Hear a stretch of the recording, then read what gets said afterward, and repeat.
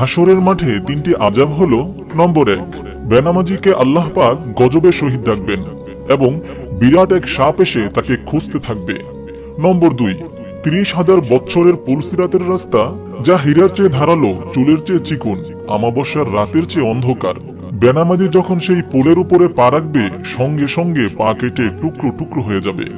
নম্বর 2, বেনামাজির জন্য ওয়াইল নামক দুজক ঠিক করে রেখেছেন। ফেরেশতা কিয়ামতের দিন দুজকে ফেলে আযাব দিবেন। দুনিয়ার বেনামাজি বাদশাকে বলা হবে, কেন নামাজ পড়নি? সে বলবে, ব্যস্ততার জন্য সময় পাইনি। বলা হবে, সুলাইমান আলাইহিস সালাতু ওয়াস সালাম সারা বিশ্বের রাজত্ব পেয়েও কোনোদিন নামাজ ছাড়েননি। তুমি মিথ্যা ওজর করছো। হে ফেরেশতারা, ওকে জাহান্নামে নিয়ে যাও। রোগী বলবে, রোগের জ্বালায় নামাজ পড়তে পারিনি। বলা হবে, আইয়ুব আলাইহিস সালাতু ওয়াস সালামকে 18 বৎসর পোকায় খেয়েছে, তবুও সে নামাজ ছাড়েনি। তুমি মিথ্যা ওজর করছো।